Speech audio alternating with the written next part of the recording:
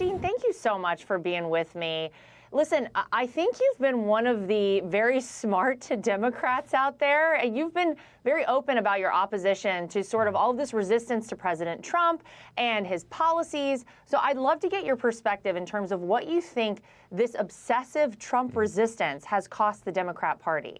Well, first of all, thanks for the invitation, Lara, and to everybody watching. I would imagine I'm like most of you. I just want our country to work well. I want to share our values with the rest of the world. I want to learn from the rest of the world. And America has been great because we set aside differences of opinion and unified behind patriotism and doing what's right. And I saw in Congress firsthand that if you actually put good people in a room together with different views, we hash it out. It's the same way the business world works. You don't want to be surrounded always by yes people. And I'm afraid, Lara, that at the end of the day, Americans have coalesced around loyalty to party and to personalities more than to principles. And I think that's dangerous. And that's true on both sides. It's not unique to one or the other. And my message isn't condemnation. It's more the celebration of how lucky we are in trying to get us back to working together, not to forego our values or principles, but to share them in a thoughtful manner and actually get stuff done. And that's my message. And I've been really disappointed, as you can imagine, over the last number of years. Yeah, well, listen, more ideas are always better, right? The marketplace of ideas, once upon a time, that's how we sort of operated as a country. Do you feel like, Dean, that there is a place where we could see bipartisanship now? Is it even possible right now? Because it does feel like the two sides are very far apart. And is there anywhere you would suggest to your fellow Democrats that they might look and they might turn right now in order to see some level of bipartisanship? You know, it's actually, I'm glad you asked that question, because during my tenure in Congress over 6 years, I was able to get a lot done with the Trump White House. A wonderful legislative team that was available and accessible. We worked well together. My first bill was signed into law by President Trump. I was also the vice chair of the Problem Solvers Caucus. We had about 20 Democrats and 20 Republicans that very quietly but effectively broke bread together, got to know each other, became really close friends, and did a lot of work behind the scenes, getting the infrastructure bill done and a lot of bipartisan work.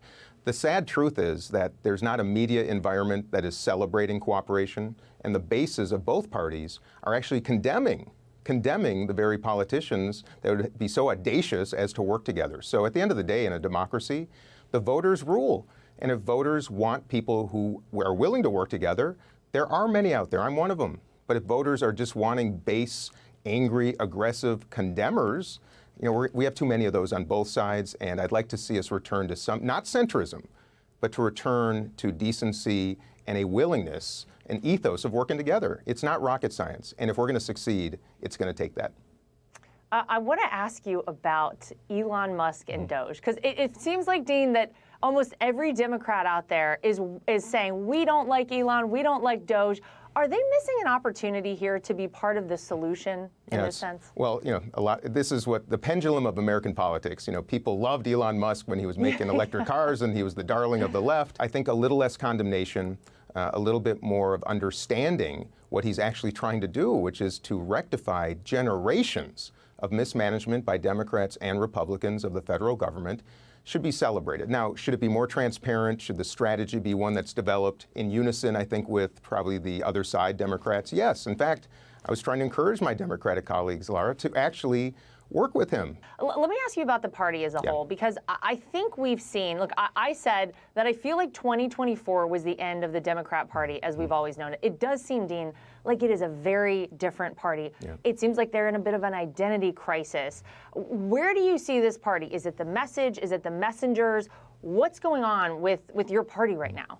Well, you know, I've long believed and felt that the Republican Party have been much better messengers. Republicans have tended to talk in headlines and Democrats in the small print. And increasingly, we live in a headline world, and that means you have to adapt. And that means your messengers have to be ones that understand the diversity of opinion and people. And when you start ignoring broad swaths of the country, when you start ignoring the truth, if you're willing to listen and get out and hear what's on people's mind, you lose your way. And that is the pendulum, again, of politics. Both parties have suffered from that. The Democratic Party right now, a total mess. And that, I would argue, stems from the loyalty of a few people to an individual, in this case it was Joe Biden, unwilling to admit to Americans what they're seeing. And I think that when you lose trust and faith in your party and the people representing it, you've got to have wholesale changes. Do I see that happening right now? No. And the electorate will have a chance to opine here in 2026. That will, I think, drive some of those decisions. But at the end of the day, until compelling, competent, excited, and ambitious young Americans willing to work together, until they start running for office, and with that desire, with that platform, and voters start rewarding people who are saying we got to work together, I'm afraid that both parties are going to be suffering from this pendulum back and forth. And I know I'm going to be a little audacious here, but I do think competition in American politics would be healthy. And I think President Trump is an example. Jesse Ventura from my home state of Minnesota was another example. Ross Perot was an example. There's a hunger in this country to do away with some of the political tradition, the falsehoods and the lack of authenticity, and start rewarding people who are willing to say some hard truths and not be condemned for it, but to maybe be celebrated for it. Well, Dean, if I were in charge of the DNC, I would recruit you back. I'd say, I want you back in government. I want you back on the team, because I think you're a great representative for them, truly. What is going on with you? What's the plan for the future for Dean Phillips now that you are out of the government? Well, I'll tell you, I'm taking some time to reflect and re-energize for the future because, well, look, I'm 56 years old, which means I could be running for office for another 30 years and still be somewhat young.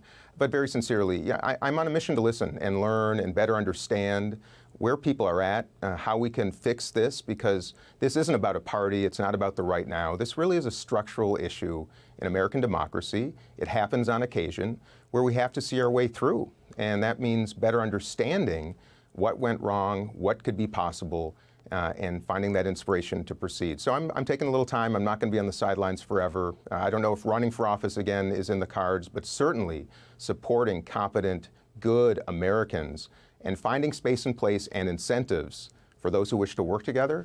That will be my focus, and I'd really invite everybody to give some thought to how we can be participants in that process.